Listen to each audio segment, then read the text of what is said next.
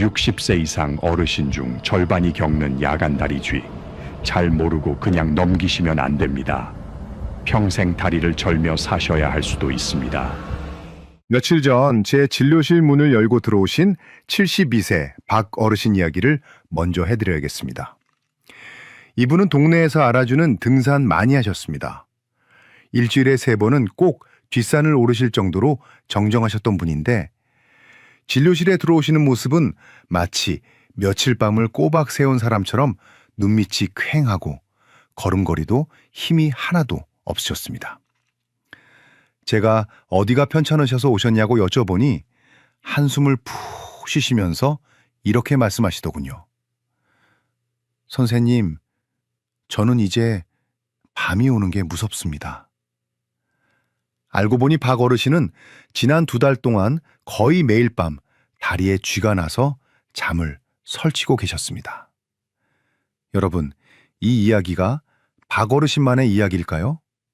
절대 아닙니다. 지금 이 영상을 보시는 여러분 중에도 고개를 끄덕이시는 분들이 많으실 겁니다.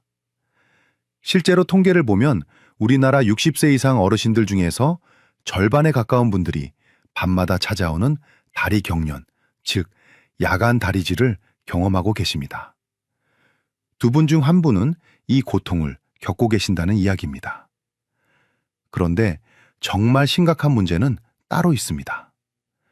대부분의 어르신들이 박 어르신처럼 이걸 그저 나이 들면 당연히 생기는 병이나 영양 부족 정도로만 생각하고 방치하신다는 겁니다. 하지만 의사인 제가 볼 때 그중 20% 정도는 당장 치료가 필요한 위험한 혈관 질환의 신호일 수 있습니다. 박 어르신의 다리를 제가 직접 만져보고 검사했을 때 저는 정말 깜짝 놀랐습니다. 이분이 겪고 계신 건 단순한 근육 뭉침이 아니었습니다. 만약 이대로 며칠만 더 방치했다면 박 어르신은 등산은커녕 평생 다리를 절면서 사셔야 했을지도 모릅니다. 최악의 경우에는 혈관 속에 생긴 피떡이 심장이나 폐로 날아가서 생명을 위협하는 아주 위험한 상황이 벌어졌을 수도 있습니다. 단순한 쥐라고 생각했던 증상이 사실은 내 몸이 보내는 마지막 살려달라는 신호였던 겁니다. 지금 여러분의 다리는 안녕하십니까? 혹시 밤마다 찾아오는 불청객 때문에 파스 냄새 풍기며 억지로 잠을 청하고 계시지는 않으신가요? 그래서 오늘 제가 준비했습니다. 오늘 이 영상에서는 박 어르신을 괴롭혔던 밤샘 통증의 진짜 원인이 무엇인지 명확하게 밝혀드리겠습니다. 그리고 가장 중요한 것이 있습니다. 단순히 다리가 저린 것과 당장 응급실로 달려가야 하는 위험한 혈관 질환을 일반인도 딱 보면 알 수 있는 구별법을 알려드리겠습니다. 마지막으로는 쥐가 났을 때 비명 지르며 다리를 주무르는 대신 딱 3초 만에 통증을 사라지게 만드는 기적 같은 응급처치법과 다시는 쥐가 나지 않게 만드는 생활 속 예방법까지 전부 챙겨드리겠습니다. 이 영상이 끝날 때쯤이면 여러분은 더 이상 밤을 두려워하지 않으셔도 될 겁니다. 오늘 밤부터 당장 2다리 쭉 뻗고 꿀잠 주무실 수 있게 제가 도와드리겠습니다. 제 이야기가 궁금하시고 오늘 밤 편안한 잠자리를 원하신다면 지금 바로 좋아요 버튼 한번 꾹 눌러주세요. 그리고 댓글창에 기대라고 딱 2글자만 남겨주시면 제가 힘을 내서 더 알찬 정보로 보답하겠습니다. 자, 그럼 박 어르신의 다리에 도대체 무슨 일이 있었던 건지 지금부터 그 비밀을 하나하나 풀어드리겠습니다. 여러분이 다리에 쥐가 났을 때 절대 하시면 안 되는 행동이 딱 한 가지 있습니다. 바로 무조건 마그네슘 부족이라며 영양제만 사다 드시는 것과 터지듯이 아픈 종아리를 힘으로 꾹꾹 눌러서 주무르는 행동입니다. 앞서 말씀드린 72세 박 어르신이 딱 이렇게 하고 계셨습니다. 이분은 텔레비전 건강 프로그램에서 마그네슘이 좋다는 이야기만 듣고 무려 3종류나 되는 마그네슘을 매일 챙겨 드시고 계셨습니다. 그리고 밤에 쥐가 나면 너무 아프니까 아내분까지 깨워서 온 힘을 다해 다리를 주무르게 하셨죠. 그런데 여러분 놀라지 마세요. 제가 검사해보니 박 어르신의 몸속 마그네슘 수치는 지극히 정상이었습니다. 오히려 과도한 영양제 섭취 때문에 위장장애만 생겨서 속이 더부룩하다고 호소하셨죠. 이게 무슨 말일까요? 대부분의 야간 다리 경련은 영양소 부족이 아니라 신경 센서의 고장 때문에 일어난다는 사실입니다. 이걸 이해하시려면 자동차를 떠올려 보시면 아주 쉽습니다. 우리 다리 근육에는 두 가지 중요한 센서가 있습니다. 하나는 엑셀처럼 근육을 수축시켜서 힘을 쓰게 만드는 센서고, 다른 하나는 브레이크처럼 근육을 이완시켜서 쉬게 만드는 센서입니다. 젊었을 때는 이 엑셀과 브레이크가 아주 조화롭게 작동합니다. 그런데 나이가 들고 근육이 피로해지면 이 브레이크 센서가 고장나기 시작합니다. 나는 분명히 자고 있어서 근육을 쉬게 하려고 브레이크를 밟았는데 내 몸은 멋대대로 엑셀을 밟아버리는 겁니다. 특히 우리가 잠잘 때 발 모양을 한번 생각해 보세요. 대부분 발끝이 이불 무게 때문에 아래로 축 처져 있습니다. 마치 발레리나가 발끝으로 선 것 같은 이 자세를 전문 용어로 족저굴곡이라고 하는데요. 이 자세가 되면 종아리 근육이 가장 짧아진 상태가 됩니다. 이미 짧아져서 팽팽한 근육에 고장난 신경 센서가 수축 신호를 빵 하고 터트리니 근육이 감당하지 못하고 돌덩이처럼 굳어버리는 겁니다. 이게 바로 밤마다 쥐가 나는 진짜 과학적인 이유입니다. 그러니 마그네슘만 먹는다고 해결될 일이 아니었던 거죠. 하지만 여기서 정말 중요한 경고를 하나 드려야겠습니다. 박 어르신은 다행히 이런 단순한 신경 센서 문제였지만 만약 여러분의 증상이 다음과 같다면 이건 쥐가 아니라 응급 상황입니다. 단순쥐와 절대 헷갈리면 안 되는 세 가지 진짜 병을 지금 바로 알려드릴 테니 꼭 기억하셔야 합니다. 첫 번째는 심부정맥 혈전증입니다. 이름이 좀 어렵지만 쉽게 말해 다리 혈관이 피떡으로 막힌 겁니다. 이걸 구분하는 가장 확실한 방법은 양쪽 다리를 비교해 보는 겁니다. 단순히 쥐가 난 거라면 양쪽 다리 굵기가 비슷해야 합니다. 그런데 만약 한쪽 종아리만 퉁퉁 부어 있거나 피부 색깔이 붉게 변했거나 만졌을 때 핫팩처럼 뜨끈뜨끈한 열감이 느껴진다면 이건 100% 혈관 문제입니다.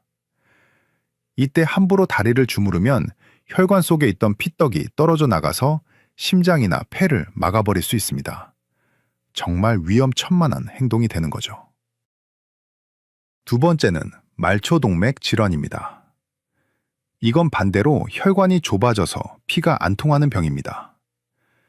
이때는 다리가 붓는 게 아니라 오히려 차갑고 창백해집니다. 발등 한가운데를 손가락으로 지그치 눌러보세요.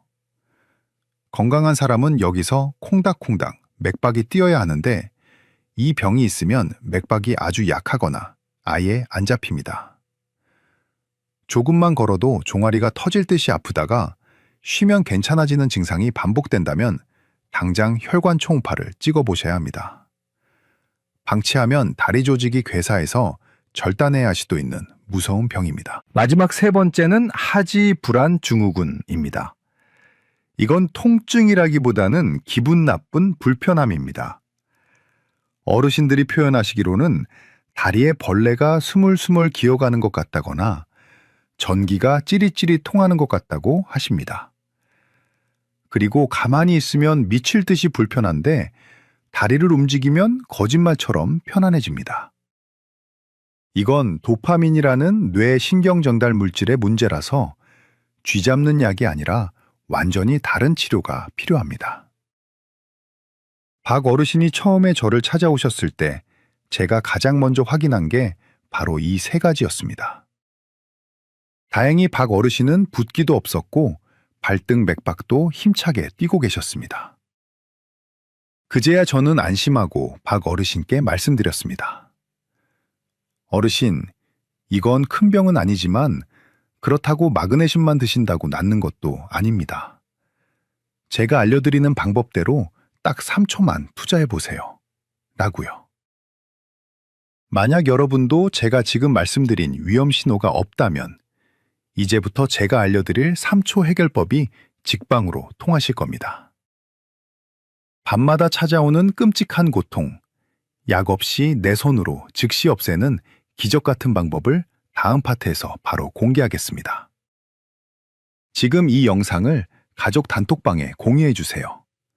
부모님 다리가 혹시 한쪽만 부어 있지는 않은지 오늘 밤 꼭 확인해 보라고 전해 주시면 좋겠습니다. 여러분의 작은 관심이 가족의 생명을 구할 수도 있습니다. 자, 이제부터 제가 알려드리는 내용은 정말 중요합니다. 오늘 밤 자다가 갑자기 다리에 쥐가 났을 때 딱 3초 만에 지옥 같은 통증에서 탈출하는 방법입니다.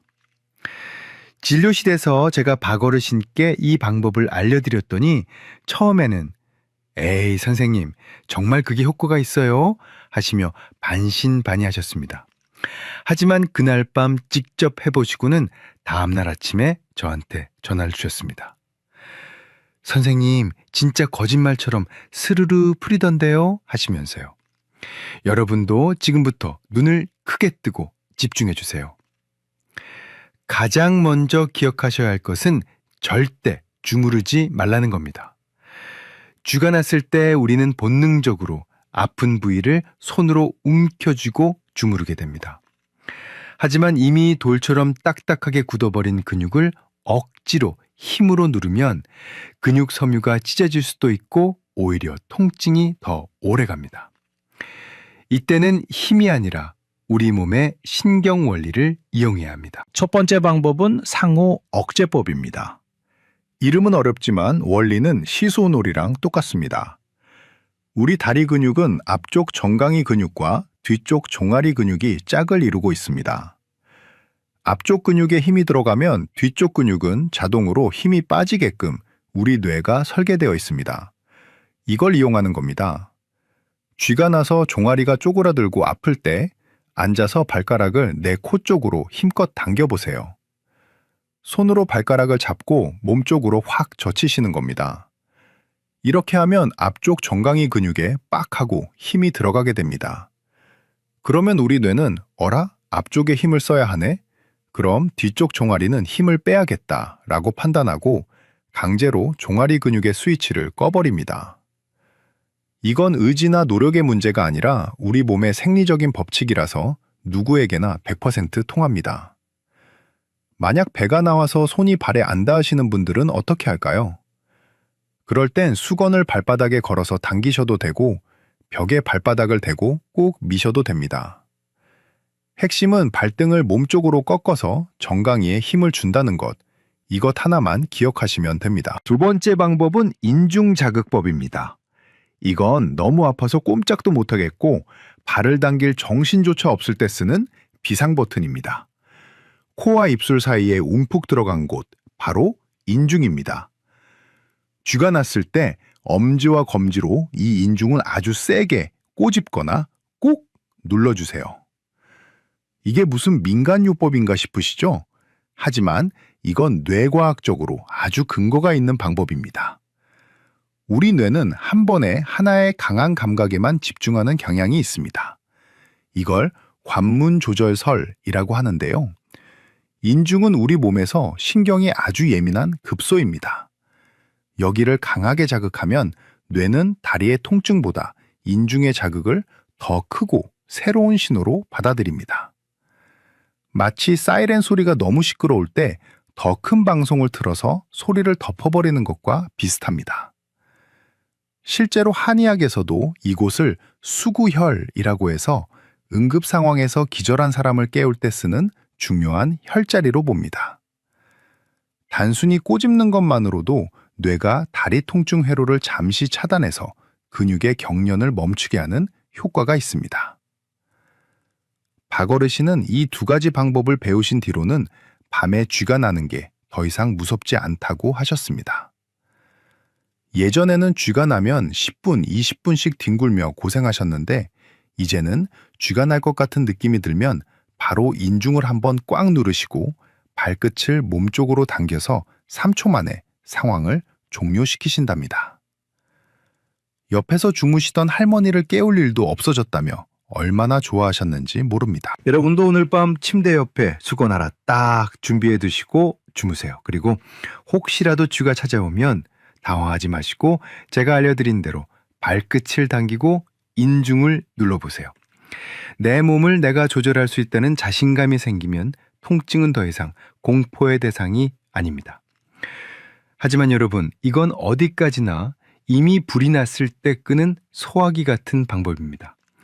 애초에 불이 안 나게 하는 게 더 중요하겠죠? 쥐가 아예 안 나게 만드는 예방 루틴을 다음 파트에서 알려드릴 겁니다. 이건 박어르신이 먹던 3가지 마그네슘 약을 다 끊고도 다리를 튼튼하게 만든 비결이기도 합니다. 지금 바로 주변 친구분들에게 이 영상을 공유해 주세요. 쥐 났을 때 주무르지 말고 발끝을 당기라고 딱 한마디만 전해주셔도 그 친구분은 평생 여러분께 고마워하실 겁니다. 급한 불을 끄는 법을 알았으니 이제는 애초에 불이 나지 않게 예방하는 법을 알아야겠죠? 박어르신은 저를 만나고 나서 드시던 마그네슘 영양제 3통을 다 끊으셨습니다. 대신 제가 처방해드린 생활 습관으로 바꾸고 나서부터는 다리에 쥐가 나는 횟수가 한 달에 한 번 있을까 말까 할 정도로 확 줄어드셨습니다. 박어르신이 실천하신 방법은 돈이 드는 것도 아니고 누구나 집에서 따라할 수 있는 아주 쉬운 루틴입니다. 첫 번째 비밀은 바로 식탁 위에 있습니다. 많은 분들이 쥐가 나면 마그네슘부터 찾으시는데 사실 우리 신경을 튼튼하게 만드는 진짜 주인공은 따로 있습니다. 바로 비타민 B군입니다. 특히 비타민 B1과 B12는 신경세포막을 보호하고 신경신호가 제대로 전달되게 도와주는 핵심 연료입니다. 이게 부족하면 전선 피복이 벗겨진 것처럼 신경이 예민해져서 제멋대로 신호를 보내게 됩니다. 그래서 저는 닭어르신께 비타민 B 복합체 영양제를 딱 하나만 드시라고 권해드렸습니다. 그리고 식사 때는 타우린을 챙겨 드시라고 했습니다. 타우린은 우리 근육이 지치지 않게 도와주는 피로회복제인데 주로 간에서 만들어집니다. 그런데 나이가 들면 간 기능이 떨어져서 타우린 생산이 줄어들고 그러다 보니 근육이 금방 피로해져서 경련이 오는 겁니다. 타우린은 오징어나 문어, 조개 같은 해산물에 정말 많이 들어 있습니다. 비싼 보약 드실 필요 없이 일주일에 2-3번 오징어국이나 조개탕 시원하게 끓여 드시는 게 다리 건강에는 최고입니다. 두 번째 비밀은 침실 환경을 바꾸는 겁니다. 박 어르신 댁에 가보니 겨울이라고 아주 무거운 목화솜 이불을 덮고 주무시더라고요.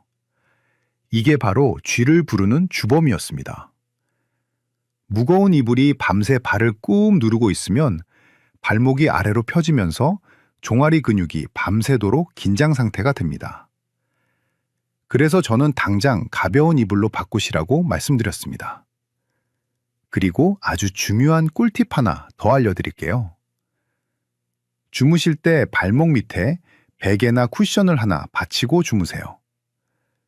발이 심장보다 약간 높아지면 하루 종일 다리로 쏠렸던 혈액이 심장으로 잘 돌아와서 혈액순환이 좋아집니다. 동시에 발목이 자연스럽게 펴지는 걸 막아줘서 근육이 편안하게 이완된 상태로 쉴 수 있게 됩니다. 자, 그럼 이걸 하루 일과로 정리해 드릴게요. 박 어르신의 쥐 잡는 하루 루틴입니다. 아침에 일어나시면 침대에서 내려오시기 전에 기지개를 켜면서 발끝을 몸쪽으로 당기는 스트레칭을 10번만 해주세요. 밤새 굳어있던 근육을 깨우는 겁니다. 점심에는 오징어나 조개류가 들어간 반찬을 맛있게 드시고 식후에는 가벼운 산책으로 햇볕을 쬐며 비타민 D를 합성하세요. 저녁에는 주무시기 1시간 전에 따뜻한 물로 15분만 족욕을 하세요. 이때 물 온도는 40도 정도가 딱 좋습니다. 너무 뜨거우면 오히려 근육이 놀랄 수 있으니까요. 그리고 잠자리에 들 때는 가벼운 이불과 발목 쿠션 잊지 마시고요. 이렇게 딱 2주만 해보시면 여러분의 다리가 달라지는 걸 느끼실 겁니다. 이제 여러분들이 진료실에서 자주 물어보시는 궁금증 몇 가지를 시원하게 해결해 드릴게요. 질문 하나. 선생님, 저는 고지혈증 약을 먹는데 이것 때문에 쥐가 날 수도 있나요? 네, 맞습니다. 아주 예리한 질문입니다. 고지혈증 약인 스타틴 계열이나 혈압약 중의 이뇨제 성분은 근육에 영향을 줄 수 있습니다. 스타틴은 근육세포막을 불안정하게 만들 수 있고, 이뇨제는 몸속 전해질을 소변으로 배출시켜서 쥐가 나게 만들 수 있거든요. 만약 약을 드시기 시작한 시점부터 쥐가 자주 난다면 절대 임의로 약을 끊지는 마시고 주치의 선생님과 상의해서 약 종류를 바꿔보시는 게 좋습니다. 질문 2. 마그네슘을 먹어도 왜 효과가 없나요? 마그네슘이 효과가 없는 게 아니라 번지수가 틀렸을 가능성이 큽니다. 아까 말씀드렸듯이 영양 부족보다는 신경 피로가 원인인 경우가 훨씬 많거든요. 그리고 마그네슘은 흡수율이 낮아서 많이 드시면 설사만 하고 다 빠져나가는 경우도 많습니다. 그래서 무작정 양을 늘리기보다는 신경 비타민인 비타민 B를 같이 챙기시는 게 훨씬 효과적입니다. 이 궁금증이 좀 풀리셨나요? 건강은 거창한 게 아닙니다. 오늘 제가 말씀드린 작은 습관들이 모여서 내 몸을 지키는 튼튼한 방패가 되는 겁니다. 박어르신도 처음에는 반신반의하셨지만 지금은 저한테 그러십니다. 선생님, 진작에 이불 바꾸고 오징어국 먹을 걸 그랬어요. 라고요. 지금 당장 실천하실 준비가 되셨다면 댓글에 숫자 1이라고 남겨주세요. 나도 이제 쥐 없이 꿀잠 자겠다는 여러분의 다짐을 보여주세요. 다른 분들이 남긴 숫자 1을 보면서 아, 나만 노력하는 게 아니구나 하고 서로 힘을 얻으실 수 있을 겁니다. 자, 오늘 정말 많은 이야기를 나눴습니다. 혹시라도 내용이 길어서 깜빡하셨을 분들을 위해 오늘 꼭 기억하셔야 할 핵심 3가지를 딱 정리해 드리겠습니다. 이 3가지만 기억하셔도 여러분의 다리 건강은 확실히 달라질 겁니다. 첫째, 내 다리의 쥐가 단순한 근육 경련인지 아니면 혈관이 보내는 구조 신호인지 반드시 확인하셔야 합니다. 다리가 한쪽만 퉁퉁 붓고 뜨겁거나 반대로 차갑고 맥박이 안 잡힌다면 그건 쥐가 아닙니다. 그럴 땐 지체하지 말고 바로 병원으로 가셔서 혈관 검사를 받으셔야 합니다. 둘째, 밤에 쥐가 났을 때 절대 비명 지르며 주무르지 마세요. 발가락을 내 코 쪽으로 당겨서 정강이에 힘을 주는 상호 억제법, 그리고 인중을 세게 눌러서 뇌를 속이는 인중 자극법, 이 2가지면 3초 만에 지옥 같은 통증에서 탈출하실 수 있습니다. 셋째, 비싼 마그네슘보다 신경을 지키는 비타민 B와 타우린을 챙기세요. 그리고 오늘 밤부터 당장 무거운 이불은 치우시고 발목 밑에 쿠션을 하나 받쳐주세요. 이 작은 습관이 여러분의 밤을 지켜줄 겁니다. 얼마 전 저는 진료실에서 박 어르신을 다시 뵀습니다. 문을 열고 들어오시는데 처음 뵈었을 때 그 쾌행하고 어두웠던 표정은 온데간데없고 얼굴에 윤기가 흐르시더군요. 저한테 자랑스럽게 스마트폰 사진을 보여주셨는데 다시 동네 뒷산 정상에 올라가서 찍은 사진이었습니다. 어르신이 활짝 웃으며 이렇게 말씀하셨습니다. 선생님 덕분에 이제 밤에 다리 뻗고 잡니다. 우리 집사람도 이제야 살 것 같다고 하네요. 그 말씀을 듣는데 의사로서 이보다 더 큰 보람은 없겠다는 생각이 들었습니다. 밤새 편안하게 자는 것, 아침에 개운하게 일어나는 것, 그 평범한 일상이 사실은 가장 큰 축복입니다. 여러분, 건강은 거창한 결심에서 오는 게 아닙니다. 오늘 제가 알려드린 것처럼 오징어국 한 그릇 챙겨 드시는 것, 잠자기 전 15분 족욕하는 것, 이런 사소한 실천들이 모여서 기적을 만듭니다. 혹시 지금도 다리쥐 때문에 남몰래 고통받고 계신 분이 있다면 포기하지 마세요. 박어르신이 해내신 것처럼 여러분도 분명히 해내실 수 있습니다. 오늘 밤은 부디 쥐 걱정 없이 평온한 꿈 꾸시길 진심으로 바라겠습니다. 오늘 영상이 여러분의 건강한 잠자리에 조금이라도 도움이 되셨다면 구독과 알림 설정 버튼을 꼭 눌러주세요. 여러분의 클릭 한 번이 제가 더 좋은 영상을 만드는데 정말 큰 힘이 됩니다. 저는 다음 시간에도 여러분의 몸과 마음을 치유하는 따뜻하고 유익한 이야기로 다시 찾아오겠습니다. 지금까지 여러분의 건강 주치의였습니다. 감사합니다. 집에 있는 바세린 한 통, 명품 화장품으로 변신시킬 수 있습니다. 오늘 영상 끝까지 집중해 주십시오. 오늘 제가 드려드릴 이야기는 중학교 동창회를 앞두고 계셨던 68세 박영숙 어르신의 사연입니다.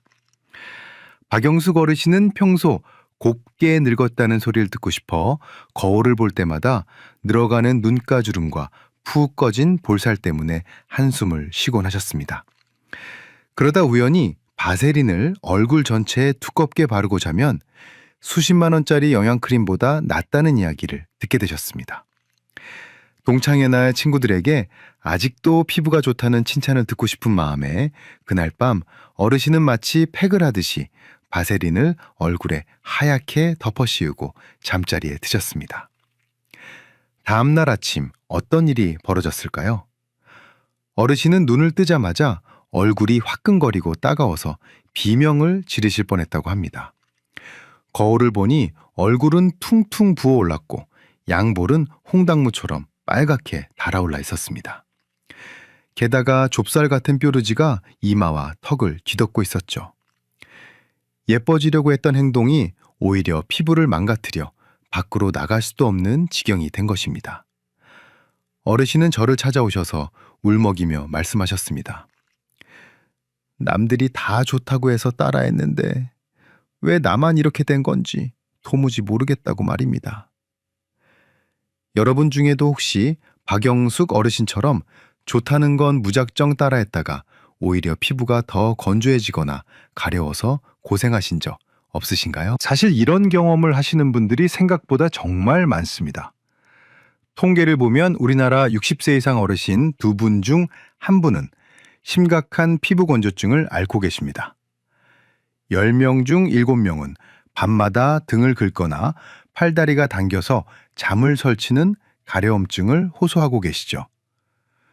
그런데 더 안타까운 사실은 대부분의 어르신들이 이걸 그저 나이 들면 당연히 생기는 현상이라고 생각하시고 방치한다는 점입니다.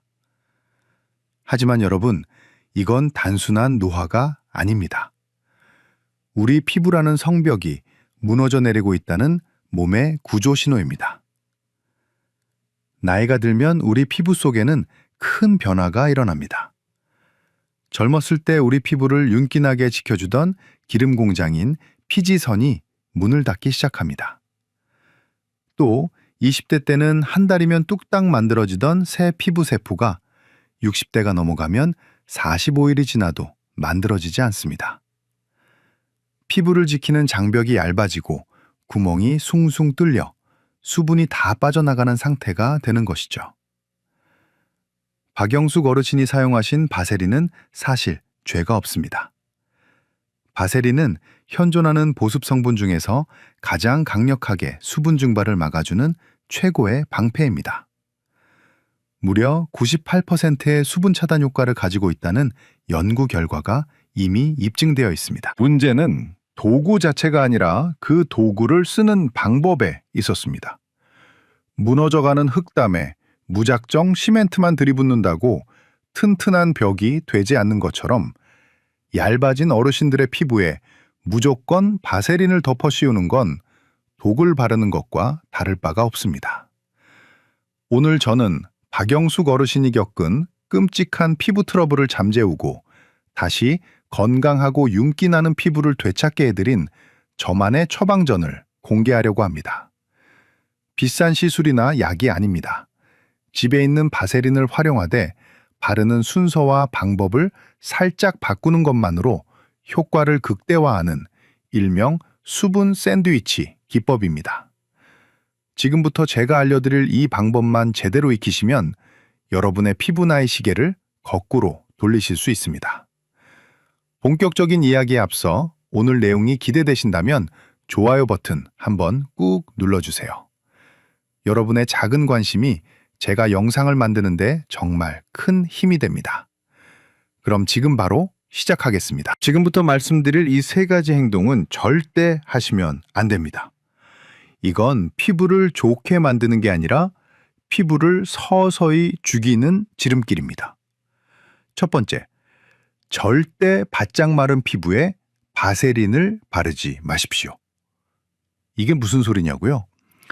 보통 세수하고 나서 수건으로 물기를 싹 닦아내고 뽀송뽀송한 상태에서 크림을 바르는 게 깔끔하다고 생각하시죠?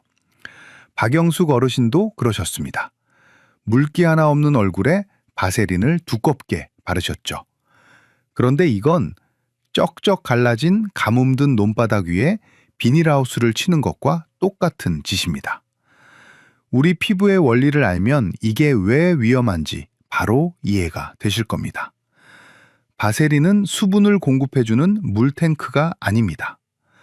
바세린은 이미 있는 수분이 날아가지 못하게 막아주는 뚜껑일 뿐입니다. 빈 물병의 뚜껑을 아무리 꽉 닫아봤자 그 안에 물이 생기지 않는 것과 같은 이치입니다. 피부 속에 수분이 하나도 없는데 그 위에 기름막인 바세린을 덮어버리면 피부는 숨도 못 쉬고 속에서부터 말라 비틀어지게 됩니다. 겉으로는 번들거려 보이지만 속은 사막처럼 황폐해지는 속 건조가 바로 여기서 시작되는 겁니다. 두 번째, 고기능성 주름 개선 화장품과 바세린을 섞어 바르지 마십시오. 욕심이 화를 부른다는 말이 딱 여기에 해당합니다. 박영숙 어르신은 비싼 주름 개선 화장품인 레티놀 크림을 바르고 그 효과를 높이겠다고 그 위에 바세린을 덧바르셨습니다. 좋은 거 더하기 좋은 거니까 더 좋아질 거라고 믿으셨겠죠? 하지만 이건 불난 집에 기름을 들이붓는 격입니다. 레티놀이나 비타민C 같은 성분은 피부에 아주 강력한 작용을 합니다. 그래서 적당히 흡수되고 나머지는 공기 중으로 날아가거나 자연스럽게 조절되어야 하는데요. 바세린이라는 강력한 밀폐막으로 덮어버리면 이 독한 성분들이 도망가지 못하고 피부 깊숙한 곳까지 강제로 쑤셔 넣어지게 됩니다. 마치 매운 고추장을 상처 부위에 억지로 문지르는 것과 같습니다. 피부가 감당할 수 있는 한계를 넘어버리니 화학적 화상을 입게 되고 얼굴이 벌겋게 붓고 껍질이 벗겨지는 접촉성 피부염이 생기는 겁니다. 바세린은 순한 보습제와 짝꿍이지 독한 기능성 화장품과는 상극이라는 사실을 꼭 기억하셔야 합니다. 세 번째, 발뒤꿈치에 하얀 각질이 일어났다고 무조건 바세린을 바르지 마십시오. 많은 어르신들이 발뒤꿈치가 갈라지고 하얗게 일어나면 그저 건조해서 그런 줄 알고 바세린을 듬뿍 바르고 양말까지 신고 주무십니다. 그런데 만약 그게 단순한 건조증이 아니라 무좀이라면 어떨까요? 여러분은 지금 곰팡이균에게 따뜻한 보일러를 놔주고 최고급 온실을 지어주는 셈이 됩니다. 나이가 들면 생기는 발뒤꿈치 각질 중 상당수는 각화형 무좀이라는 곰팡이 질환입니다. 간지럽지도 않고 물집도 없어서 그냥 굳은 살인 줄 착각하기 쉽습니다. 그런데 이 곰팡이는 축축하고 따뜻한 환경을 정말 좋아합니다. 무좀균이 있는 발에 바세린을 바르고 밀폐해버리면 곰팡이가 번식하기에 가장 완벽한 환경이 만들어집니다. 바세린을 아무리 발라도 낫지 않고 오히려 발바닥 피부가 더 두꺼워지고 하얀 가루가 날린다면 그건 건조한 게 아니라 곰팡이가 살판난 겁니다. 이걸 구별하는 방법은 아주 간단합니다.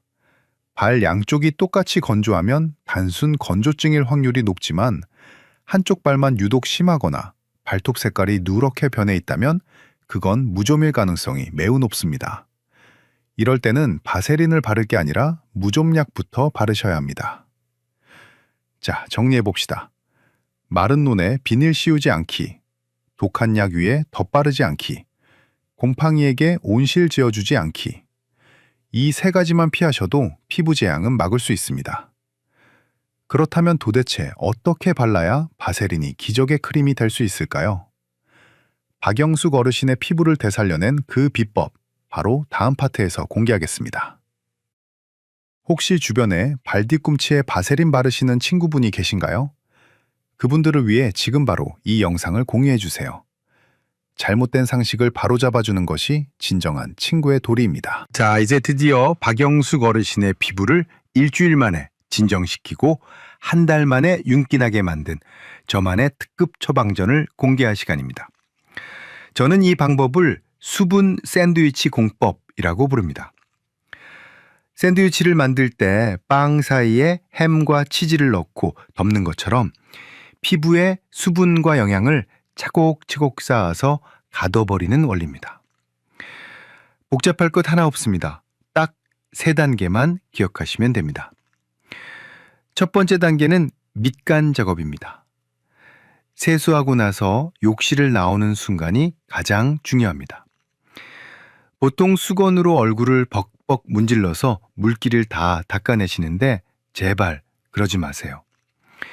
우리 피부는 마른 스펀지보다 젖은 스펀지일 때 영양분을 더 잘 빨아들입니다.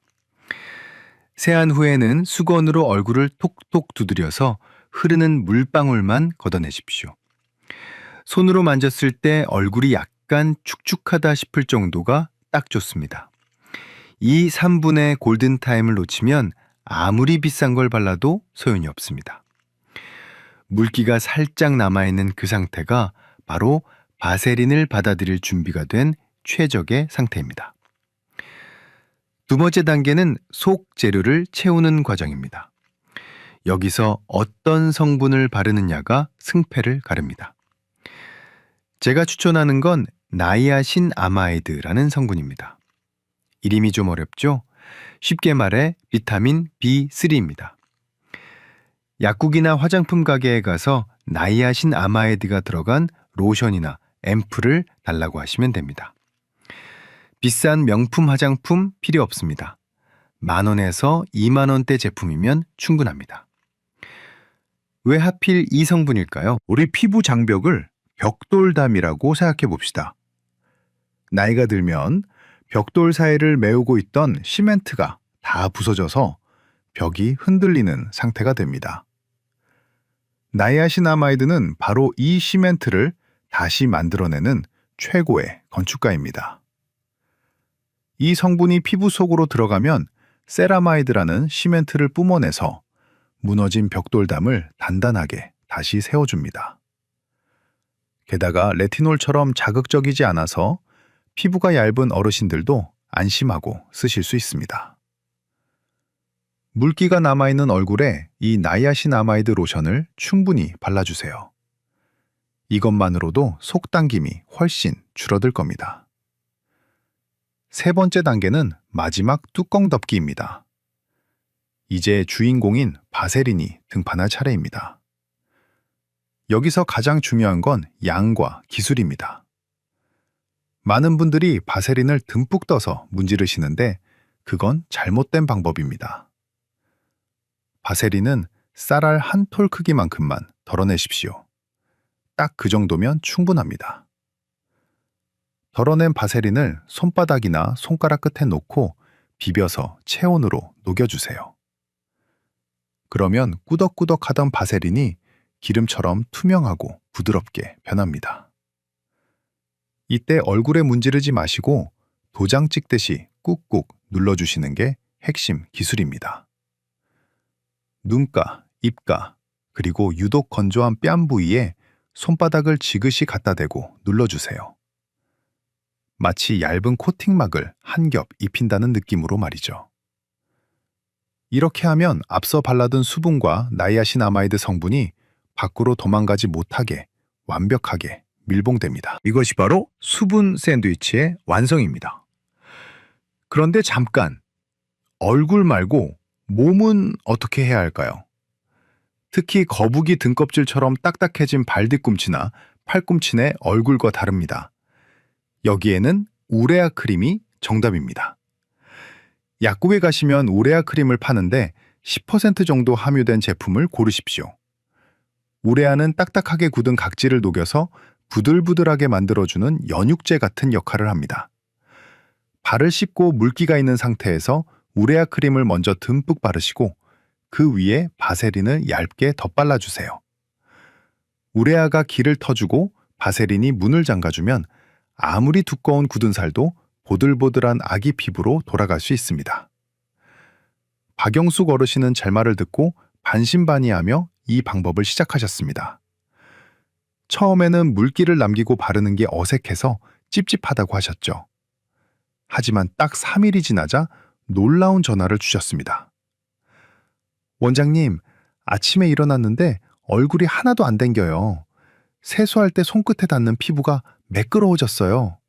라고 말이죠. 붉게 뒤집어졌던 피부가 진정된 건 물론이고 일주일 뒤에는 친구들이 얼굴에 뭐 했냐고 물어볼 정도로 윤기가 돌기 시작했습니다. 어렵지 않으시죠? 물기 남기기, 영양 채우기, 바세린으로 덮기. 이 3단계 공식만 기억하시면 됩니다. 오늘 당장 집에 있는 바세린을 꺼내서 이 방법대로 한번 해보세요. 내일 아침 거울 속에 비친 여러분의 얼굴이 확실히 달라져 있을 겁니다. 하지만 이걸 아침 저녁으로 똑같이 해도 될까요? 아닙니다. 아침과 저녁은 바르는 요령이 조금 다릅니다. 그 디테일한 실전 루틴과 여러분이 바세린에 대해 궁금해하시는 모든 질문들 바로 다음 파트에서 시원하게 해결해 드리겠습니다. 이 영상이 도움이 되고 있다면 주변 친구들에게도 공유하기 버튼을 눌러주세요. 좋은 정보는 나눌수록 복이 되어 돌아옵니다. 자, 이제 방법은 다 아셨으니 이걸 하루 일과표에 어떻게 집어넣어야 할지 딱 정해 드리겠습니다. 박영숙 어르신도 처음에는 아침 저녁으로 똑같이 바르시다가 화장이 밀려서 고생하셨거든요. 바세린은 아침과 저녁의 사용 목적이 완전히 다릅니다. 이 점을 명심하고 따라오셔야 합니다. 먼저 아침 루틴입니다. 아침 세안은 비누나 폼 클렌징을 쓰지 마시고 미지근한 물로만 가볍게 씻어주세요. 밤새 나온 약간의 기름기는 내 피부가 만든 천연 보호막입니다.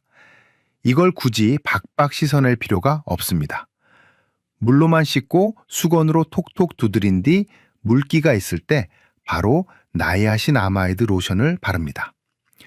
여기까지는 똑같습니다. 중요한 건 그 다음입니다. 아침 바세린은 방패입니다. 바깥의 찬바람과 건조한 공기로부터 피부를 보호하는 게 목적이죠. 하지만 너무 많이 바르면 번들거려서 보기에 좋지 않고 자외선 차단제나 화장이 겉돌게 됩니다. 그래서 아침에는 바세린 양을 쌀알 반톨만큼만 쓰셔야 합니다. 아주 극소량입니다. 이걸 손바닥 전체에 비벼서 아주 얇게 펼친 다음 얼굴에 살짝 갖다 대기만 하세요. 누르는 게 아니라 스치듯이 코팅만 해주는 겁니다. 이렇게 하면 하루 종일 피부가 당기지 않으면서도 겉으로는 뽀송뽀송해 보입니다. 반면에 저녁 루틴은 대공사입니다. 하루 종일 지친 피부를 복구하는 시간이죠. 저녁 샤워 후에는 얼굴뿐만 아니라 온몸에 보수 공사를 해야 합니다. 발뒤꿈치나 무릎, 팔꿈치에는 우레아 크림을 듬뿍 바르시고 그 위에 바세린을 넉넉히 덮어주세요.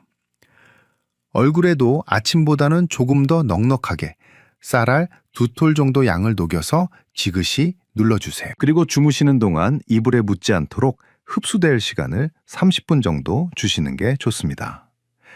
발에는 면 양말을 꼭 신고 주무세요. 다음 날 아침 아기 발처럼 보드라워진 내 발을 보고 깜짝 놀라실 겁니다.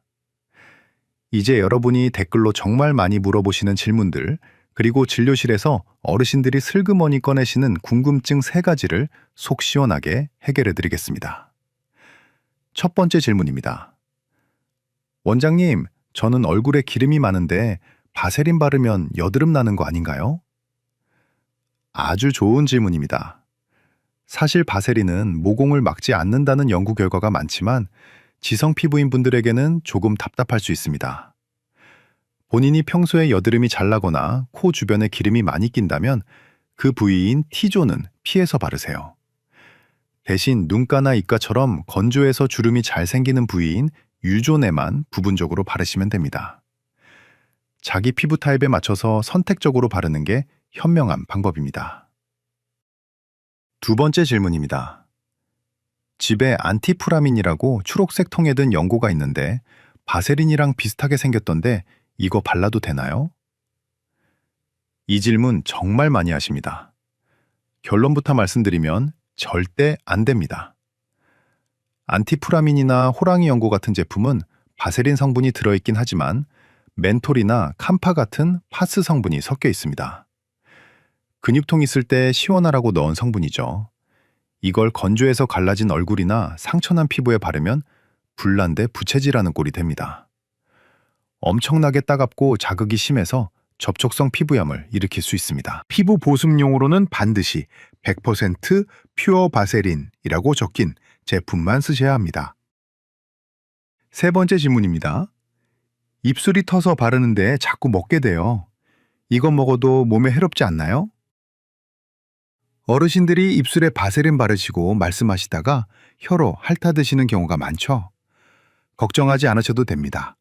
바세린은 석유에서 추출했지만 불순물을 완벽하게 제거하고 정제한 안전한 성분입니다. 우리가 립밤으로 쓰는 제품의 주 원료도 대부분 바세린입니다. 소화되지 않고 그대로 배출되기 때문에 립밤 정도로 바르다가 조금 먹는 것은 인체에 아무런 해가 없습니다. 오히려 입술에는 바세린만큼 자극 없고 효과 좋은 보습제가 없으니 안심하고 듬뿍 바르셔도 됩니다. 자, 이제 궁금증이 좀 풀리셨나요? 아침엔 얇게 방패막, 저녁엔 두껍게 영양막, 그리고 파스 냄새 나는 연고 말고 진짜 바세린 쓰기. 이것만 지키시면 됩니다. 어렵게 생각하지 마시고 오늘 저녁부터 딱 작심 3일만 해보세요. 3일만 해보면 피부가 달라지는 게 느껴져서 누가 시키지 않아도 계속하게 되실 겁니다. 오늘부터 당장 이 루틴을 시작해보겠다 하시는 분들은 댓글에 시작이라고 2글자만 남겨주세요. 여러분의 의지를 보여주시면 제가 대댓글로 힘찬 응원을 보내드리겠습니다. 댓글창에 시작이라는 글자가 가득 차기를 기대하겠습니다. 긴 시간 동안 정말 중요한 이야기를 함께 나눴습니다. 오늘 제가 말씀드린 내용은 단순히 피부가 좋아지는 미용법이 아닙니다. 내 몸의 방어막인 피부 장벽을 지켜서 건강한 노년을 보내기 위한 필수 생존 지식입니다. 혹시라도 내용이 길어서 깜빡하셨을 분들을 위해 오늘 배운 핵심 내용을 딱 3줄로 요약해드리겠습니다. 이 3가지만은 냉장고 문에 적어두고 매일 보셔도 좋습니다. 첫째, 바세린은 마른 논이 아니라 젖은 땅에 바르는 겁니다. 세안 후 수건으로 물기를 완전히 닦지 마시고 촉촉한 상태에서 3분 안에 바르셔야 합니다. 물기가 없으면 바세린도 없습니다. 둘째, 무조건 섞어 바른다고 좋은 게 아닙니다. 레티놀 같은 독한 성분이나 파스 냄새 나는 연고는 절대 바세린과 섞지 마십시오. 대신 얼굴에는 순한 시멘트인 나이아신아마이드를, 몸에는 각질 녹이는 우레아를 먼저 바르고 바세린으로 덮어주는 샌드위치 공법을 기억하십시오. 셋째, 무좀균에게 먹이를 주지 마십시오. 발뒤꿈치가 갈라진다고 무작정 바르기 전에 내 발에 곰팡이가 살고 있는 건 아닌지 먼저 확인하고 무좀 치료부터 끝내는 것이 순서입니다. 자, 그럼 우리 박영숙 어르신은 어떻게 되셨을까요? 어르신은 제가 알려드린 수분 샌드위치 공법을 한 달 동안 하루도 빠짐없이 실천하셨습니다. 그리고 드디어 기다리던 중학교 동창회 날이 되었습니다. 동창회장에 들어서자마자 친구들이 우르르 몰려와서 이렇게 물었다고 합니다. 영수가, 너 요즘 무슨 시술 받았니? 얼굴이 왜 이렇게 팽팽해? 어르신은 그날 저에게 전화를 주셔서 소녀처럼 웃으셨습니다. 수십만 원짜리 크림 바를 때보다 단돈 몇천 원짜리 바세린 바른 지금이 훨씬 더 빛난다고 말입니다. 어르신이 정말 기뻤던 건 주름이 좀 펴진 것 때문만이 아니었습니다. 내 피부를 내가 스스로 관리하고 통제할 수 있다는 자신감을 되찾으셨기 때문입니다. 나이 드는 건 서러운 일이 아니라 자연스러운 일입니다. 하지만 굳이 겪지 않아도 될 가려움과 통증을 참으며 늙어갈 필요는 없습니다. 올바른 지식과 작은 실천만 있다면 여러분의 70대, 80대는 지금보다 훨씬 더 윤기나고 건강할 수 있습니다. 돈이 없어서 피부 관리를 못한다는 건 이제 핑계입니다. 우리 집 화장대 구석에 굴러다니는 바세린 한 통이면 충분합니다. 중요한 건 비싼 화장품이 아니라 꾸준히 실천하는 여러분의 손길입니다. 오늘 밤부터 당장 욕실 문을 나서기 전에 물기를 남겨두는 것부터 시작해 보십시오. 오늘 영상이 유익하셨다면 구독과 알림 설정 버튼을 꼭 눌러주세요. 여러분의 클릭 한 번이 제가 더 알차고 건강한 정보를 만드는데 정말 큰 힘이 됩니다. 다음 시간에도 어르신들의 가려운 곳을 시원하게 긁어드리는 속 시원한 건강 이야기로 찾아오겠습니다. 지금까지 여러분의 건강 주치의였습니다. 오늘도 촉촉하고 편안한 밤 되십시오. 감사합니다. 건강해지려고 먹은 각종 약과 보양식 잘 모르고 드시면 절대 안 됩니다. 단 1년 만에 30년이나 늙어버릴 수 있습니다. 누구보다 건강관리에 열심이신데 이상하게 점점 더 기력이 쇠하고 여기저기 아픈 곳이 늘어나는 분들이 계십니다. 오늘 제가 소개해드릴 74세 김철수 어르신도 딱 그런 분이셨습니다. 김철수 어르신께서는 은퇴 후 건강관리를 제1의 목표로 삼으셨다고 합니다. 조금만 머리가 아파도 신경과에 가시고 무릎이 시큰거리면 바로 정형외과로 달려가셨습니다. 소화가 안 되면 내과에 가시고 소변이 불편하면 비뇨기과를 찾으셨죠. 각기 다른 병원 5군데를 다니시면서 받아온 약이 하루에 무려 15알이 넘었습니다.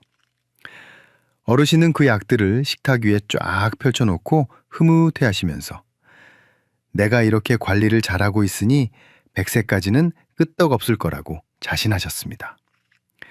그런데 이상한 일이 벌어졌습니다. 분명히 병원도 열심히 다니고 약도 빠짐없이 드시는데 몸은 점점 물 먹은 솜처럼 무거워졌습니다.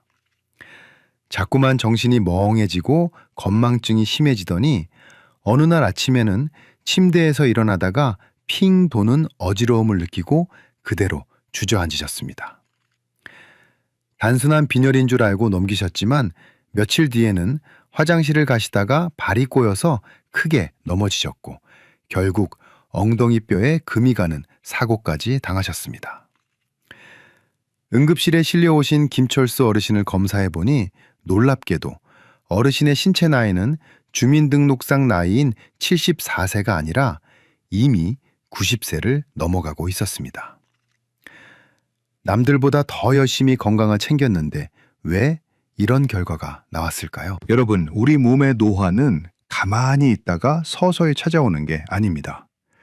최신 의학 연구에 따르면 사람은 평생 동안 딱 3번 급격하게 늙는 시기가 있다고 합니다. 바로 34세와 60세, 그리고 78세입니다. 이때 우리 몸속의 단백질 수치가 급변하면서 노화가 파도처럼 밀려옵니다. 그런데 이 파도를 잘 타넘는 분들은 나이보다 젊은 저속노화의 삶을 살게 되지만 김철수 어르신처럼 잘못된 방법으로 파도에 휩쓸리면 남들보다 2배, 3배 빨리 늙는 가속노화의 급류에 휘말리게 됩니다. 어르신의 문제는 단순히 운이 나빠서가 아니었습니다. 나도 모르게 행했던 생활 속의 작은 습관들이 몸이라는 엔진에 찌꺼기를 끼게 만들고 불필요한 약이라는 짐을 트렁크에 가득 실어 엔진을 과부하에 걸리게 만든 겁니다. 어르신은 병원에서 처방해준 약이니까 무조건 몸에 좋을 거라고 믿으셨지만 그 믿음이 오히려 독이 되어 돌아왔습니다. 단순히 나이가 들어서 아픈 것이 아닙니다. 이건 분명히 고칠 수 있고 되돌릴 수 있는 문제입니다. 오늘 저는 여러분께 김철수 어르신이 어떻게 그 늙어버린 90세의 몸에서 다시 활기찬 70대로 돌아올 수 있었는지 그 기적 같은 비밀을 낱낱이 공개하려고 합니다. 어렵고 복잡한 의학 용어는 다 빼고 여러분이 오늘 저녁부터 당장 따라하실 수 있는 아주 쉬운 방법들만 골라왔습니다. 여러분의 식탁 위에 있는 밥그릇 하나만 바꿔도, 그리고 무심코 삼키던 약 한 알만 줄여도 여러분의 10년 뒤 미래는 완전히 달라집니다. 김철수 어르신이 겪었던 시행착오를 여러분은 겪지 않으셨으면 좋겠습니다. 이제부터 제가 알려드릴 내용은 단순히 건강 상식이 아닙니다. 남은 인생을 병상에서 보낼 것인가, 아니면 내 두 다리로 여행을 다니며 즐겁게 보낼 것인가를 결정짓는 아주 중요한 갈림길이 될 것입니다. 지금부터 들려드릴 이야기에 귀를 쫑긋 세워주세요. 만약 오늘 영상이 기대되신다면 좋아요 버튼 한번 꾹 눌러주시고 댓글에 기대라고 딱 2글자만 남겨주세요. 여러분의 작은 관심 표현이 제가 더 좋은 정보를 준비하는데 정말 큰 힘이 됩니다. 여러분이 절대 하시면 안 되는 행동이 딱 2가지가 있습니다. 이 2가지만 피하셔도 가속 노화라는 브레이크 고장난 트럭을 피할 수 있습니다. 첫 번째는 내 몸이라는 엔진에 싸구려 불량 연료를 넣는 것이고, 두 번째는 트렁크에 감당할 수 없을 만큼 많은 짐을 싣고 달리는 겁니다. 이게 도대체 무슨 말이냐고요? 김철수 어르신의 몸을 74년 된 클래식 자동차라고 상상해 보십시오. 아주 귀하고 소중한 차입니다. 오래된 차일수록 좋은 연료를 넣고 아껴 타야 엔진이 부드럽게 돌아갑니다. 그런데 어르신은 입맛이 없으시다며 점심엔 국수나 빵으로 대충 때우시고 저녁엔 기운 차린다고 기름진 튀김이나 숯불구이를 즐겨 드셨습니다. 맛은 좋았을지 몰라도 엔진 입장에서는 최악의 불량 연료가 들어온 셈입니다. 이런 음식을 드시면 우리 몸속에서는 당 독소라는 아주 끈적끈적한 찌꺼기가 만들어집니다. 쉽게 말해서 설탕을 불에 태우면 끈적하게 눌어붙는 달고나 같은 게 혈관 속에 생긴다고 보시면 됩니다. 이 당 독소는 혈관 벽에 달라붙어 혈관을 딱딱하게 만들고 피부에 달라붙어 주름을 만듭니다. 뇌세포에 달라붙으면 치매의 원인이 되기도 합니다. 특히 튀긴 음식은 삶은 음식보다 이 독소가 수십 배나 많습니다. 김철수 어르신의 엔진은 이 끈적한 그을음 때문에 뻑뻑해져서 아무리 엑셀을 밟아도 차가 나가지 않게 된 겁니다.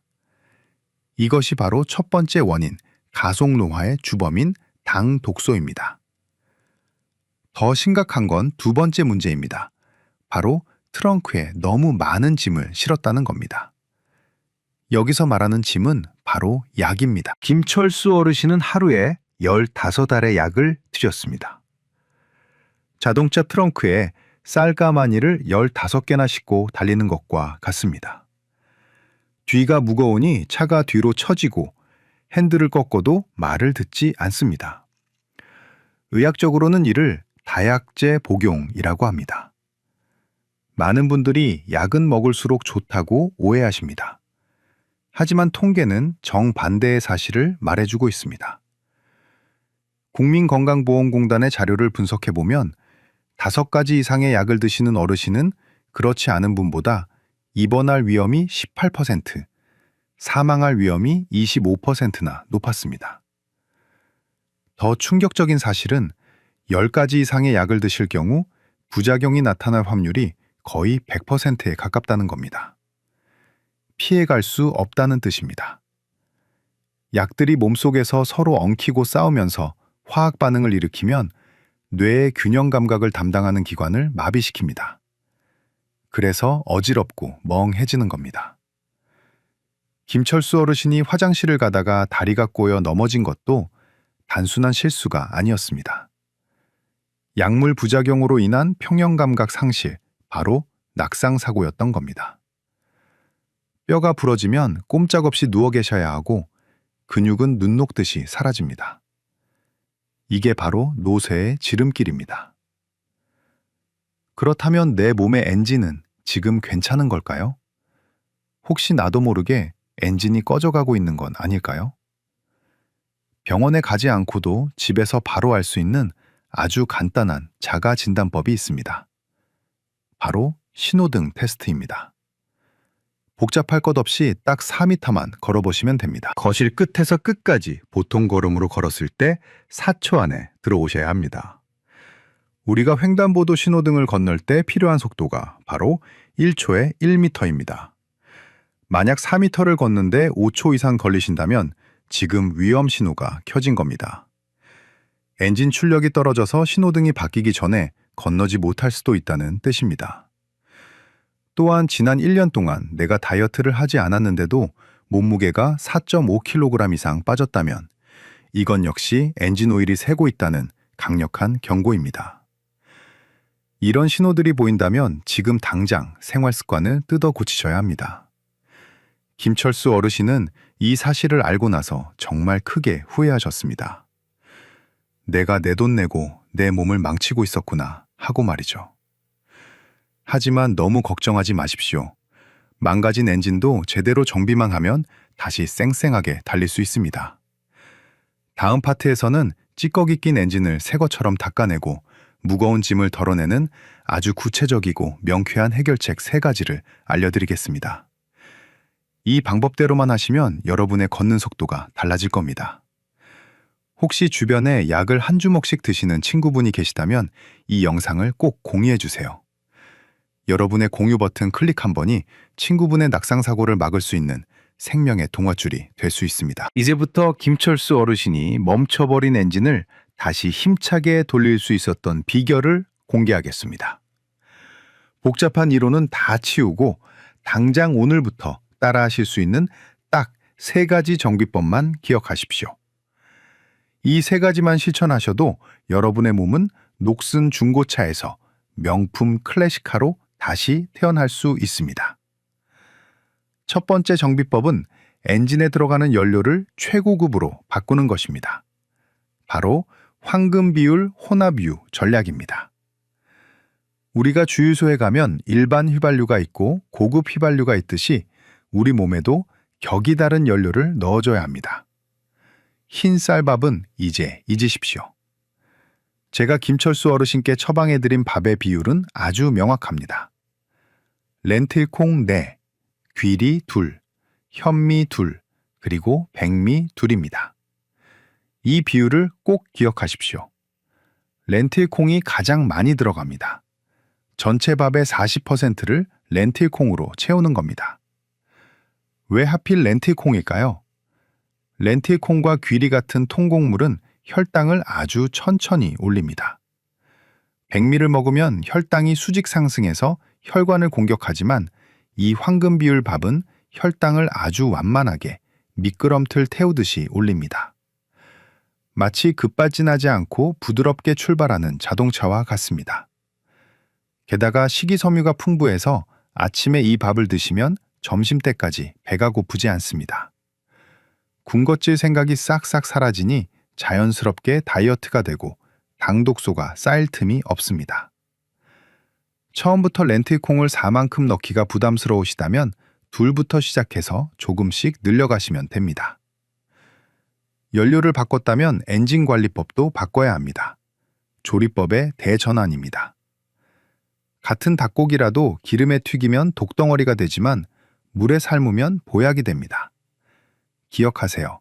튀기지 말고 굽지 말고 삶고 찌고 데치십시오. 여기에 아주 강력한 녹 방지제 하나를 알려드리겠습니다. 바로 레몬즙이나 식초입니다.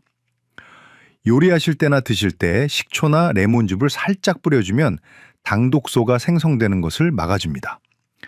생선찜을 드실 때 레몬 한 조각을 뿌리는 것이 멋이 아니라 과학이었던 겁니다. 간장 대신 소금을 쓰시고 식초를 곁들이는 습관, 이것이 여러분의 혈관을 깨끗하게 지켜줍니다. 2번째 정비법은 운전 스타일을 바꾸는 겁니다. 젊었을 때는 쌩쌩 달리는 속도가 중요했습니다. 그래서 땀 흘리며 뛰는 유산소 운동을 많이 하셨을 겁니다. 하지만 60세가 넘어가면 속도보다 중요한 게 바로 힘, 즉 토크입니다. 언덕길로 올라갈 수 있는 힘이 있어야 합니다. 이제 운동의 비중을 완전히 뒤집으셔야 합니다.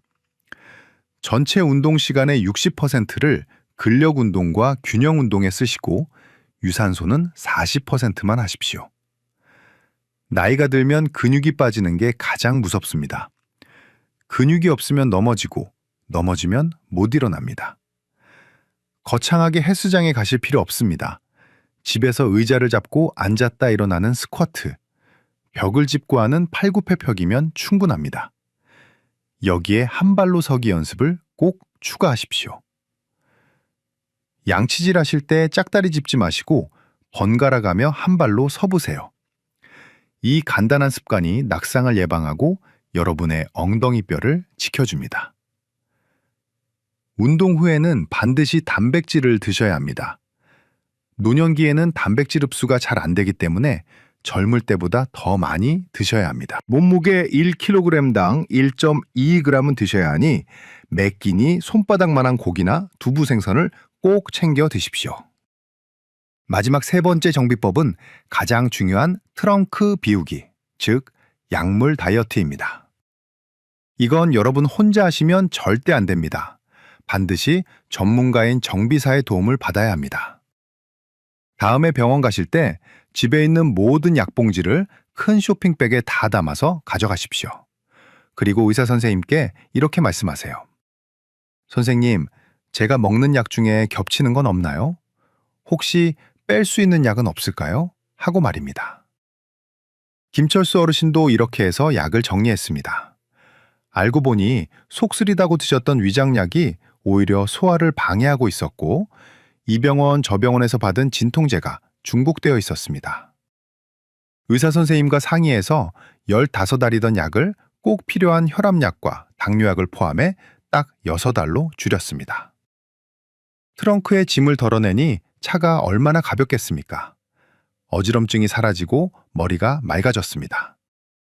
약은 무조건 많이 먹는 게 효도가 아닙니다. 꼭 필요한 약만 먹는 게 진짜 내 몸을 위한 효도입니다. 자, 정리해 봅시다. 밥은 렌틸콩과 잡곡 위주로 바꾸고 튀기는 대신 삶아 드십시오. 운동은 걷기만 하지 마시고 근력 운동을 더 많이 하십시오. 그리고 약봉지를 들고 병원에 가서 상담을 받으십시오. 어렵지 않으시죠? 이 3가지만 실천하셔도 여러분의 몸은 놀랍게 변할 겁니다. 김철수 어르신은 이 방법으로 3개월 만에 지팡이를 던져버리고 다시 산책을 즐기게 되셨습니다. 오늘 내용이 유익하셨다면 주변에 건강 걱정 많으신 친구분들께 이 영상을 공유해 주세요. 좋은 건 나눌수록 커집니다. 이론은 알겠는데 막상 실천하려니 막막하신가요? 그런 분들을 위해 김철수 어르신이 3개월 동안 매일 지키셨던 실제 하루 일과표를 공개합니다. 이건 숙제가 아닙니다. 낡은 엔진을 부드럽게 만드는 하루의 정비 과정이라고 생각하고 편안하게 들어보십시오. 김철수 어르신의 하루는 아침 6시 30분 미지근한 물 한 잔으로 시작됩니다. 밤새 말라버린 엔진에 윤활유를 돌려주는 겁니다. 그리고 7시에는 가볍게 동네를 산책하십니다. 절대 무리해서 뛰지 않습니다. 팔을 앞뒤로 흔들며 기분 좋게 걷습니다. 아침 8시 드디어 그 황금 비율 밥상이 등장합니다. 렌틸콩과 귀리, 현미, 백미를 섞은 밥 한 공기에 찐 계란 하나, 그리고 나물 반찬과 된장국입니다. 화려하지 않지만 이 한 끼가 하루를 버티는 최고의 고급 연료가 됩니다. 오전 10시쯤 되면 입이 심심하실 겁니다. 예전 같으면 달달한 믹스커피나 떡을 드셨겠지만 이제는 다릅니다. 견과류 한 줌이나 삶은 계란을 드십니다. 엔진에 그을음을 남기는 당분 대신 오래가는 에너지를 채우는 겁니다. 점심 12시에는 생선찜이나 수육을 드십니다. 식당에 가셔도 튀김보다는 백반이나 샤브샤브를 선택하십니다. 국물은 건더기만 드시고 짠 국물은 남기시는 센스도 잊지 않으셨습니다. 오후 시간 출출할 때는 무가당 두유나 우유 한 잔으로 단백질을 보충합니다. 그리고 저녁 7시 30분 텔레비전 뉴스 보실 때 가만히 앉아 계시지 않습니다. 이때가 바로 홈 트레이닝 시간대입니다. 소파에서 일어났다 앉았다 하는 스쿼트 10번 3세트, 싱크대 잡고 뒤꿈치 들기 20번, 그리고 양치질하면서 한 발로 서기 1분. 다 합쳐도 15분이 안 걸리지만 이 시간대가 어르신의 다리 근육을 콘크리트처럼 단단하게 만들었습니다. 그리고 밤 10시 충분한 수면으로 하루 동안 달린 엔진을 식혀줍니다. 어떻습니까? 특별한 비법이라기보다는 누구나 할 수 있는 건강한 습관들이죠. 그런데 이렇게 실천하시려고 마음먹은 분들 중에 분명히 이런 걱정하시는 분들 계실 겁니다. 진료실에서 가장 많이 듣는 질문 2가지를 뽑아봤습니다. 첫 번째 질문입니다. 선생님, 콩이랑 잡곡을 갑자기 많이 먹으니까 배에 가스가 차고 소화가 안 돼요. 어떡하죠? 아주 자연스러운 현상입니다. 평생 흰쌀밥만 먹던 엔진에 갑자기 고성능 연료가 들어오니 적응 기간이 필요한 겁니다. 이럴 땐 억지로 참지 마시고 비율을 조절하세요. 처음 2주 동안은 렌틸콩을 조금만 넣으시고 점차 양을 늘려가시면 됩니다. 그리고 가장 중요한 건 씹는 횟수입니다. 평소보다 2배는 더 많이 씹으셔야 합니다. 입안에서 죽이 될 때까지 오물오물 씹어서 넘기시면 소화도 잘 되고 침 속에 소화 효소가 나와서 영양 흡수도 훨씬 잘 됩니다. 2번째 질문입니다. 약 줄이라고 하셨는데 그럼 먹던 혈압약이랑 당뇨약도 끊어야 하나요? 절대 안 됩니다. 제가 말씀드린 약물 다이어트는 생명과 직결된 필수약을 끊으라는 게 아닙니다. 오해하시면 큰일 납니다. 혈압약, 당뇨약은 엔진이 꺼지지 않게 하는 핵심 부품입니다. 이건 꼭 드셔야 합니다. 제가 줄이라고 한 건 습관적으로 먹던 소화제, 중복된 진통제, 영양제처럼 굳이 없어도 되는 격가지 약들입니다. 어떤 약을 빼고 어떤 약을 남길지는 반드시 주치의 선생님과 상의해서 결정하셔야 합니다. 스스로 판단해서 약을 끊는 건 위험한 도박과 같습니다. 김철수 어르신은 이 과정을 통해 몸무게는 3kg이 줄었지만 근육량은 오히려 늘었습니다. 무엇보다 얼굴색이 맑아지고 걷는 뒷모습이 청년처럼 당당해지셨습니다. 여러분도 할 수 있습니다. 거창한 계획 세우지 마시고 오늘 저녁 식탁에 콩밥 하나 올리는 것부터 시작해보세요. 양치질할 때 한 발로 서보는 것부터 해보세요. 작은 시작이 10년 뒤 여러분을 웃게 만들 겁니다.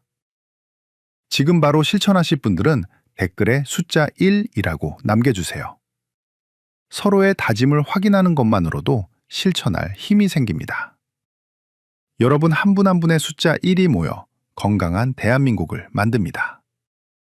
그럼 저는 마지막으로 이 모든 내용을 한 줄로 요약해드리고 여러분께 드리는 마지막 당부의 말씀을 전해드리러 가겠습니다. 자, 여러분 긴 시간 동안 정말 고생 많으셨습니다. 오늘 제가 말씀드린 내용은 복잡해 보이지만 핵심은 딱 3가지입니다. 이 3가지만 기억하시면 여러분의 몸도 김철수 어르신처럼 다시 태어날 수 있습니다. 첫째, 연료를 바꾸고 조리법을 바꾸십시오. 흰 쌀밥 대신 렌틸콩과 귀리 현미를 섞은 황금 비율 밥상으로 바꾸시고 튀기거나 굽는 대신 삶고 찌는 방식으로 드십시오. 이것이 여러분의 혈관을 녹슬게 하는 당독소를 막는 최고의 방패입니다. 둘째, 운전 방법을 바꾸십시오. 숨차게 뛰는 것보다 더 중요한 것은 버티는 힘입니다. 60대 이후에는 유산소 운동보다 근력 운동과 균형 운동에 더 많은 시간을 투자하십시오. 의자 스쿼트와 한발 서기가 여러분을 낙상사고로부터 지켜줄 생명보험입니다. 셋째, 트렁크를 비우십시오. 약은 많이 먹는 게 능사가 아닙니다. 반드시 주치의 선생님과 상의해서 중복되거나 불필요한 약을 덜어내십시오. 가벼워진 트렁크만큼 여러분의 컨디션도 가벼워질 것입니다. 오래된 자동차라고 해서 다 폐차장으로 가는 건 아닙니다. 관리를 안 하면 녹슨 고물차가 되지만 정성껏 닦고 조이고 기름치면 세월의 멋이 깃든 명품 클래식카가 됩니다. 도로 위를 달리는 클래식카를 보면 어떻습니까? 최신 스포츠카보다 더 품격 있고 멋있어 보이지 않습니까? 김철수 어르신은 스스로를 고물차라고 생각했지만 이제는 누구보다 멋진 클래식카가 되어 인생이라는 도로를 즐겁게 달리고 계십니다. 여러분, 늦었다고 생각하는 지금이 가장 빠른 때입니다. 70세든 80세든 상관없습니다. 오늘 여러분이 드신 음식 한 끼, 오늘 여러분이 움직인 한 걸음이 내일의 여러분을 만듭니다. 100세까지 침대에 누워서 천장만 바라보며 지내실 건가요? 아니면 두 발로 여행 다니며 자식들과 웃으며 지내실 건가요? 그 정답은 오늘 여러분의 선택에 달려 있습니다. 저는 여러분이 해내실 거라고 믿습니다. 오늘 영상이 여러분의 건강한 노후를 위한 확실한 이정표가 되었기를 바랍니다. 영상이 도움이 되셨다면 구독과 알림 설정을 눌러주세요. 여러분이 명품 클래식카가 되어 완주하는 그날까지 제가 옆에서 든든한 주치의가 되어드리겠습니다. 항상 건강하시고 행복하십시오. 감사합니다.